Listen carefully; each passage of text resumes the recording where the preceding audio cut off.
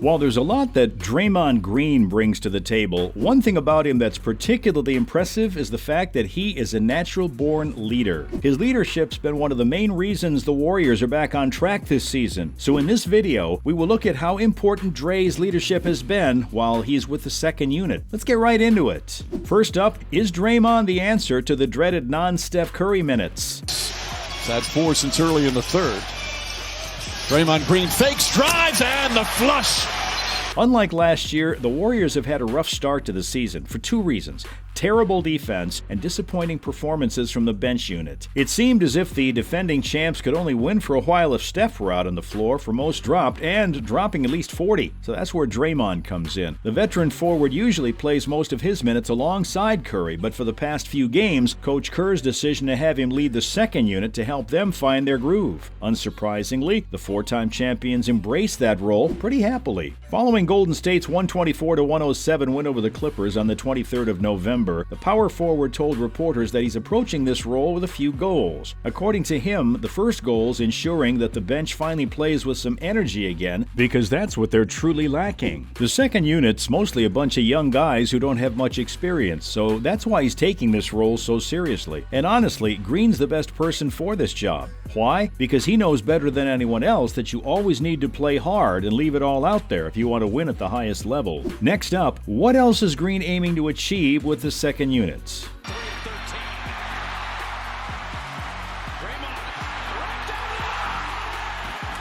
The four-time All-Star also emphasized that as a bench unit, their job isn't necessarily to go out there and build a lead. Instead, they have to maintain the lead. He added that if the Curry-led starting five couldn't come out in front after the first quarter, the bench needs to settle things down and make it easier for the first unit to make a comeback later in the game. Unfortunately for the Warriors, their bench couldn't do either of those things to start the season, resulting in losses to some of the worst teams in the league. Moreover, Green highlighted that the second unit must play much slower than the starting five. The 32-year-old believes they have to be more methodical and run more patterned movements rather than random movements and random offense because, let's be real, only Steph should be allowed to do that. Draymond wants to help the bench play at a slower pace because that means Golden State fans will be treated to mistake-free basketball. Plus, that'll go a long way in ensuring that Curry doesn't always check back in a while facing a deficit that should have been a leader. And of course, he added that he's going to make sure that the second unit does a much better job of playing better defense. Coming up, is this new rotation a success? Start.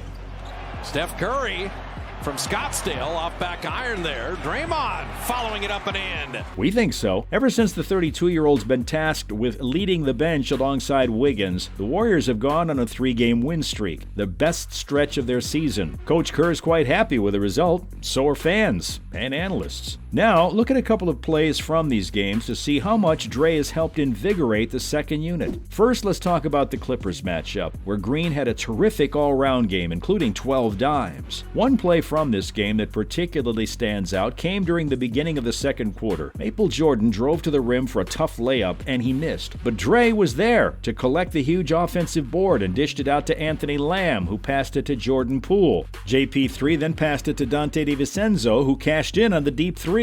Green got the set started, and it was clear that his hustle play gave the rest of the guys some energy to feed off. Against the Jazz, he ran a beautiful screen and roll play with a little under 8.5 minutes remaining in the second quarter, which allowed him to get open, so Poole made the simple pass that resulted in an easy 2 points for Dray. The power forwards helped bring out the best in the bench, but we have to give props to Wiggins as well, since he's also been a huge part of the team's recent success. Following that, let's look at what makes Draymond such a good leader. He had to help, so draw and dish. This is the block. Watch him stare at him for a quick second. What?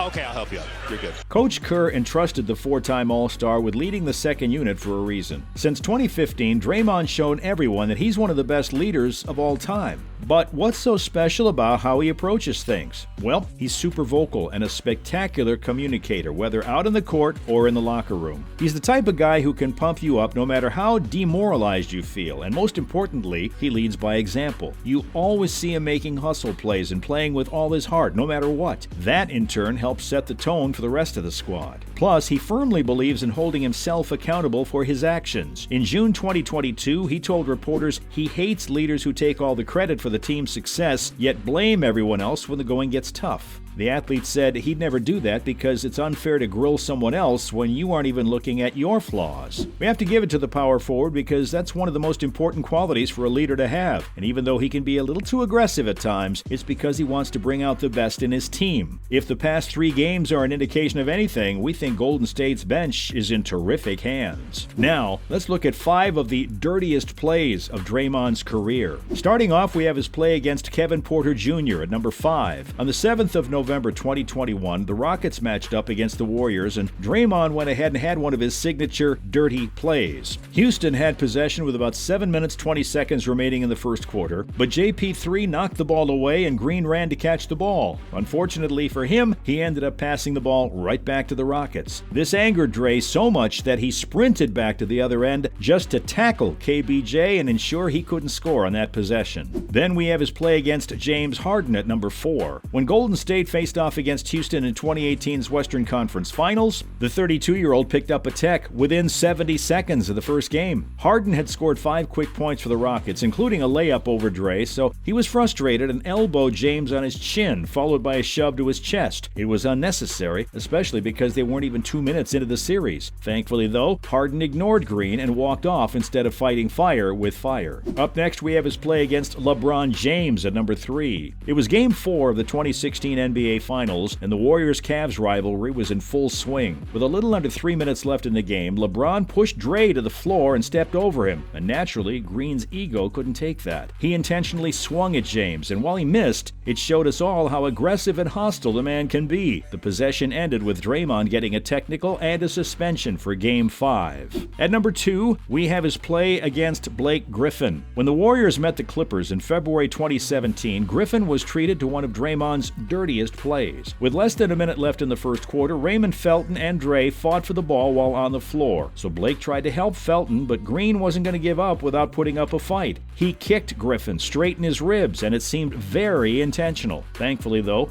Blake got the last laugh as he successfully got the ball out of Dray's hands. Finally, we have his play against Steven Adams at 1. And he is out. And down goes Adams once again.